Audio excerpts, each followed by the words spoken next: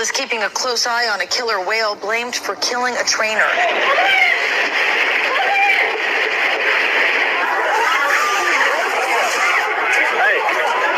The crowd came for a show, but left in stunned silence. At Loro Parque, Kato, the star orca, did the unthinkable. He attacked his trainer in a split-second burst of violence. No warning, no escape. And this wasn't the first time. It is nearly impossible to forget the horrific attack earlier this year at SeaWorld. The attack that left a trainer dead, drowned by a killer whale. Across the globe, captive orcas have turned on their trainers in shocking, unpredictable ways.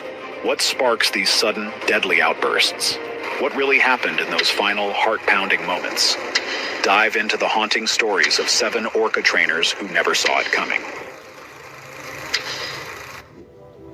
Number 7. Alexis Martinez and Kato. For most of his life, Kato had never felt the ocean. He had never chased live prey or traveled across open waters with his pod. Instead, he was raised in captivity and trained to perform in shows.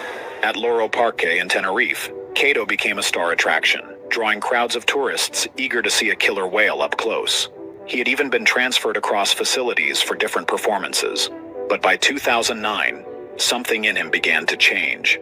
That year, during preparations for the park's Christmas show, Kato was in a training pool with 29-year-old Alexis Martinez.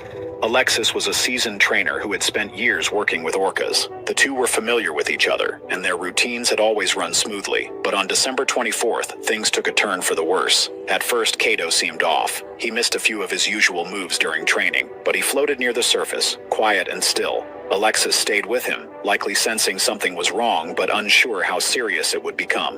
One of the staff members later said he noticed something unusual. Kato appeared to deliberately place himself between Alexis and the stage platform, almost as if he didn't want him to leave. When the underwater stage signal was given and Alexis started to swim away, Kato moved in. Slowly at first, but with growing pressure. Another trainer, watching from the side, tried using control signals that had always worked in the past, but Kato didn't respond. He used the tip of his snout, known as the rostrum, to forcefully push Alexis to the bottom of the pool. The situation quickly became serious. The trainer on land switched to backup signals, hoping to regain control. For a moment, it looked like Kato was calming down. He rose to the surface and took a breath, but within seconds, he dove again, this time returning with Alexis balanced on his rostrum. His mouth was closed. Then, Kato let go, and Alexis slowly sank. Panic set in. Trainers scrambled to isolate Kato. He resisted, stalling near the gate as if he was toying with it. Only after a safety net was released into the water did he move into the adjacent pool. That gave the team just enough time to recover Alexis's body from the bottom. The injuries Alexis suffered were catastrophic. Internal bleeding, multiple organ tears, compression fractures, and bite marks covered his body. There was nothing that could be done to save him. His post-mortem confirmed that he died as a result of an orca attack. What made it worse was knowing this didn't come out of nowhere. Experts had already expressed concern about the orcas at Loro Parque. The tanks created an environment that left the whales bored, frustrated, and emotionally strained. Without a strong female to guide the social structure, things among the whales became unpredictable. Kato and the others were constantly adjusting to one another, struggling to establish dominance and routine. Boredom inside the tanks became so extreme that the orcas often tore strips off the Metflex lining used for waterproofing just to keep themselves occupied. When animals built for speed, social bonds, and miles of ocean are kept in tight, shallow tanks, their natural instincts get distorted. The pressure builds, and eventually, something cracks. The tragedy with Kato and Alexis left behind more than grief. It exposed the strain that comes from forcing powerful marine animals into confined spaces for entertainment. These creatures are intelligent, emotional, and socially complex. When we strip them of the freedom to live as they were meant to, something breaks. And sometimes that break turns deadly. Number 6. Casatka Ken Peters. One of the most disturbing cases of orca aggression involved a female orca named Casatka. The incident happened at SeaWorld San Diego on November 29, 2006. What took place during that evening show left many stunned. Trainer Ken Peters was performing a routine trick called the rocket hop, where the whale propels the trainer out of the water. But instead of completing the trick, Casatka suddenly turned and grabbed Peters by the foot, dragging him underwater. What followed was 9 minutes of sheer terror. Casatka pulled Peters deep below the surface, holding him down. Every now and then, she brought him up just long enough for him to gasp for air before pulling him under again. This wasn't happening behind the scenes. The crowd watched in shock, and it was all caught on camera. Eventually, Peters found a brief window of escape when Casatka loosened her grip. Other trainers quickly reacted, stretching a net between them. That barrier helped him swim away. Casatka still tried to follow, but Peters reached safety. He survived with a broken foot and multiple puncture wounds. It could have been far worse. What made the situation even more alarming was that this was not the first time something like this had happened. Casatka had attacked trainers before. In fact, she had targeted Peters back in 1999. So this second incident raised serious concerns, especially since both encounters involved the same whale and the same trainer. Peters later said he didn't believe Casatka meant to kill him. He even compared the risk to getting in a car every day, knowing accidents can happen. He explained that even while being dragged underwater, he felt like she would eventually let him go. That view, however, was not shared by everyone. Many people believed that what happened was not random. If you take a massive predator from the ocean, lock it in a tank, isolate it from its natural habitat, and force it to perform tricks for years, it might snap eventually. That is exactly what some say happened between Casatka and Peters. Experts who reviewed the footage and analyzed the situation added another layer to the explanation. Casatka's calf had been vocalizing from another pool during the performance.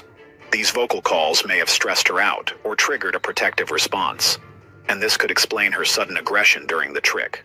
Casatka's life came to an end in 2017. She was euthanized after developing an untreatable form of pneumonia. By that time, she was around 40 to 42 years old, a long life by captive orca standards, but one marked by isolation, stress, and ultimately tragedy. This event pushed many to ask deeper questions. How much can an animal endure before it breaks? Casatka's behavior didn't come out of nowhere. It came from years of being kept in an environment that didn't meet her natural needs. No ocean, no real family group, and nowhere to escape when stress built up. Number 5. Claudia Volhart and Takcoa. In 2007, a 29-year-old trainer named Claudia Volhart came dangerously close to death during a routine training session with a killer whale named Takcoa. But before we get into what happened that day, we need to look back at Takcoa's life and what he had endured. Takcoa was born on November 8, 2000. At first, things appeared fine, but as the months passed, something began to change. His mother, Taima, started acting aggressively toward him. She raked him with her teeth, pinned him against the pool walls, and even beached him. By the following year, the situation had become too dangerous, and Takcoa was permanently separated from Taima. Another whale, Kalina, who had just given birth to a male named Tuar, took Takcoa in as a surrogate. As Takcoa grew up at SeaWorld in Orlando, he spent a lot of time with Tuar and Kalina. They were his small social group.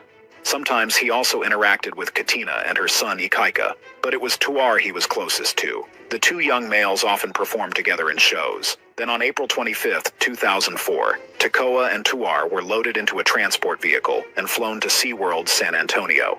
2 years later, Takcoa's life changed again. He was shipped to Loro Parque in Spain, along with 3 other whales as part of a breeding loan. But this new setting was nothing like his previous homes. All 4 whales had been taken from their mothers at an early age.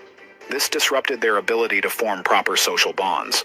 When they were thrown together, the group dynamic was rocky. They fought often. Aggression became the norm. In this unstable pod, Takcoa found himself at the very bottom of the social ladder. He became the target. The others bit him, raked him, and harassed him constantly. Park staff began to worry about his condition, so they tried to send him back to SeaWorld. But SeaWorld refused. Every request to return to Takcoa was turned down. Even as the group settled a little over time, the violence didn't fully stop. Takcoa's body told the story. He was covered in scars from repeated attacks. Many of the rake marks were so bad that Takcoa began beaching himself, likely trying to avoid the others. Some regular visitors at the park said they could recognize him just by looking at the deep scars along his side. All this may have played a role in what happened next. Claudia Volhart had joined Loro Parque in 2003. By 2007, she had been working with Takcoa for about a year before the attack. It occurred during one of the pre-show rehearsals. Claudia and Takcoa were performing a behavior called the foot push. In this move, the trainer places their feet on the orca's rostrum, and the whale pushes them across the surface of the pool. But that day, something changed. Mid-performance, Takcoa suddenly yanked Claudia underwater. He pulled her to the bottom, then brought her back to the surface. Over and over, he repeated. But that day, something changed. Mid-performance, Takcoa suddenly yanked Claudia underwater. He pulled her to the bottom, then brought her back to the surface. Over and over, he repeated this terrifying act. Her colleagues rushed to help and were finally able to get her out of the water. Claudia suffered serious injuries. Her forearm was broken in 2 places. She also had damage to one of her lungs. She was rushed to the hospital and stabilized. Surprisingly, she chose to return to work after recovering. But after that incident, strict new rules were introduced. Takcoa was no longer allowed to interact with any non-senior trainer. All water work involving him was shut down completely. It is easy to look at the bite or the attack and call the whale dangerous, but there is always more beneath the surface. Takcoa had been passed around from park to park, removed from his family, placed into groups with other isolated whales, and subjected to daily stress and violence. His environment was not natural. It was controlled, restricted, and often brutal. When we look at Takcoa's journey, the scars on his body, and the choices made by humans around him, it becomes clear. This is not just about a whale snapping. It's about what happens when wild creatures are kept in spaces they were never meant to live in. Number 4. Annette, Ekis, and Shamu. Not every stunt goes according to plan, especially when the star performer weighs several tons and has rows of teeth designed for hunting. On April 20th, 1971, SeaWorld's public relations secretary Annette Ekis was asked to take part in a publicity stunt. The plan was simple. She would ride a killer whale named Shamu across the water while wearing a bikini. Cameras were rolling, the crowd was watching, and everything appeared to go as expected at first. For a few moments, Ekis balanced on the orca's back without issue. But just as the ride was coming to an end, something shifted. Without warning, Shamu tossed her off. Before anyone could react, the whale had clamped down on Ekis's leg and refused to let go. The peaceful atmosphere vanished. Screams filled the air as Shamu dragged her around the tank, locked tightly in his grip. Divers jumped in, armed with metal poles, trying to force the whale to release her. But there was hesitation. One wrong move, one tug too hard, and they feared the orca's powerful teeth could rip her flesh apart. It took a lot of effort, but eventually, they pried open Shamu's jaws. Ekis was rushed out of the water and immediately collapsed from shock. Bloodied, injured, and traumatized, she was quickly taken to the hospital. Her wounds were deep and severe. It required 25 stitches. She later sued SeaWorld for the incident, hoping to hold them accountable.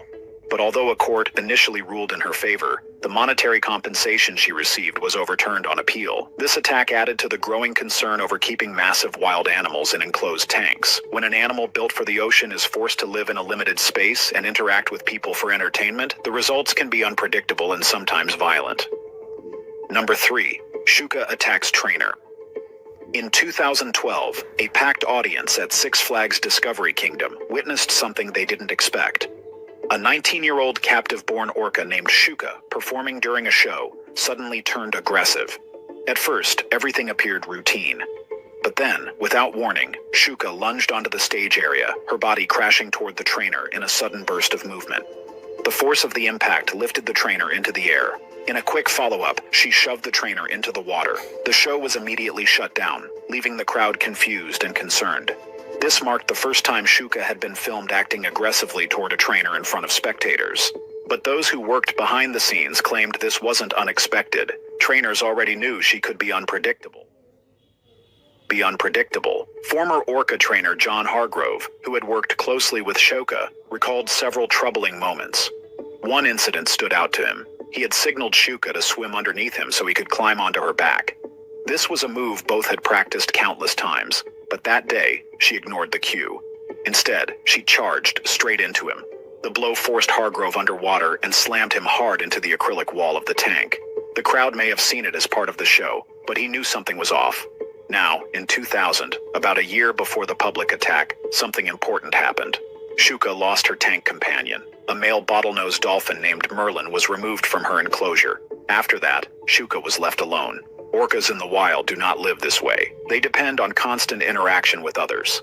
The Animal Welfare Act actually requires that highly social animals like orcas should not be held alone. Yet for months, Shuka lived in complete isolation. Experts have noted that orcas who are kept alone often grow more aggressive. Some even begin showing abnormal behaviors or mental distress.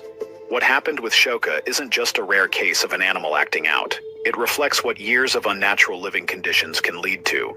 Cases like this raise real concerns about the cost of captivity. When intelligent, social creatures are separated from their natural environments and deprived of essential interaction, their behavior often changes in harmful ways. The aggression we see in moments like these might not come from nowhere. It may come from years of silence, frustration, and unmet needs. Number 2. Dawn Brancho and Tikums. She was the face of the show. Dawn Brancho wasn't just a trainer at SeaWorld Orlando, she was the one people came to see. Visitors watched in awe as she performed alongside massive killer whales, which flipped through the air with confidence and grace. To the audience, it looked like a perfect relationship between human and animal. But behind the scenes, a much darker reality was unfolding. Dawn Brancho had always dreamed of working with marine animals. She studied psychology and animal behavior in university. After graduation, she spent time working with dolphins in New Jersey. This helped her gain a much-needed experience before she landed her dream job at SeaWorld. Just 2 years in, she became a killer whale trainer. She did not just train the animals, she worked hard to stay physically fit.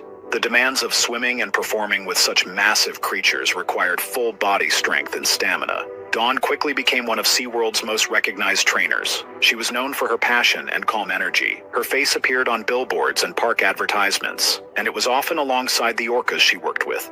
One of those orcas was Tikums, a giant male killer whale that had been in captivity for over 3 decades. At over 12,000 pounds, he was the largest orca at the park. Dawn and Tikums had formed a bond over the years. Those around her said she trusted him deeply and treated him with patience and care. But even she understood the risks. Years before her death, she had spoken about the dangers that come with working so closely with such powerful animals. On February 24, 2010, just after a noon show had ended, Dawn was interacting with Tikums near the edge of the pool. Visitors at the Dean with Shamu experience were still seated nearby watching as she laid beside him with her face close to his. Without warning, he grabbed her. Some initially believed he pulled her in by her ponytail, but later reports suggested he had taken hold of her shoulder. Either way, she was suddenly underwater with a killer whale that no longer seemed willing to listen. What followed was horrific. The attack was not quick. It went on for nearly an hour. Tikums tossed and dragged her violently. Trainers tried using nets, food, and commands to get him to release her, but nothing worked. He refused to let her go. When the staff finally managed to move him into a separate medical pool, he released her body, but by then, it was far too late. The damage done to Dawn was beyond what anyone could have expected. Her arm had been torn off, her scalp was removed. The medical examiner found broken ribs, a shattered jaw, and a severed spinal cord. The final cause of death was a combination of blunt force trauma and drowning. For 45 minutes, Tikums had kept her lifeless body with him in the water. After the attack, Tikums was separated from public performances. He spent most of his days isolated, often floating alone in a back pool, rarely active. He remained like this until his death in January 2017. Dawn's death wasn't the first involving Tikums, and it wouldn't be the last time people questioned the impact of captivity on animal behavior. If someone kept you locked up for life and forced you to entertain strangers for food, your mental state would break down too. And for orcas, that breaking point can be explosive. Dawn's death, however, forced a change. SeaWorld eventually decided to end its captive breeding program for orcas, but for many, that decision came far too late. Number 1. Captive Tikums' tragic path. Long before the tragic event that took Dawn Brancho's life, there were warnings. Warnings that came in the form of aggression, broken routines, and unexplained behaviors. But to understand things better, we first need to go back to where it all began to place thousands of miles away from the tanks of SeaWorld. In 1983, a young Tikums was taken from the cold waters off Iceland. He was only 2 years old. Torn from his pod and placed in a concrete holding tank in Hafnarfjordur Marine Zoo, the orca had nowhere to go. For months, he remained trapped in this bare, confined space. The tank didn't give him room to swim properly, and as he grew, his ability to move freely only got worse.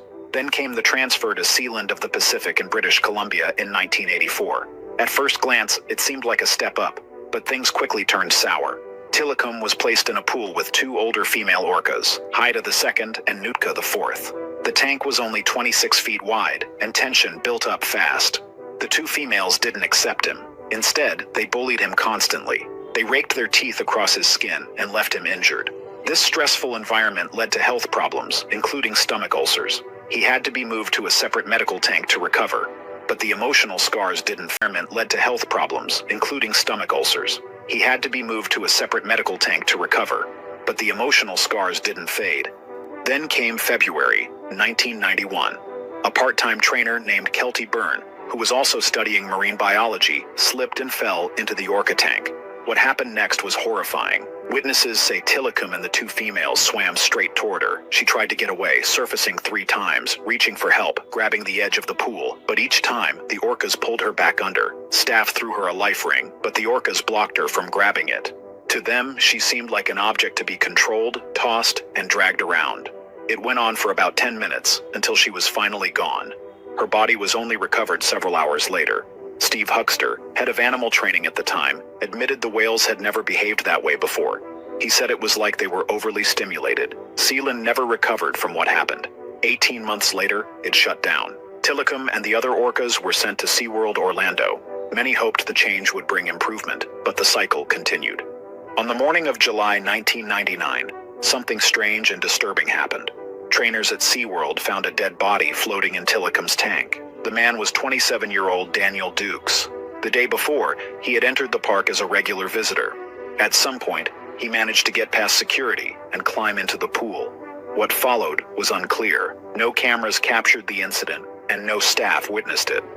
The next morning, his lifeless body was draped over Tilikum's back. SeaWorld said it was a case of trespassing.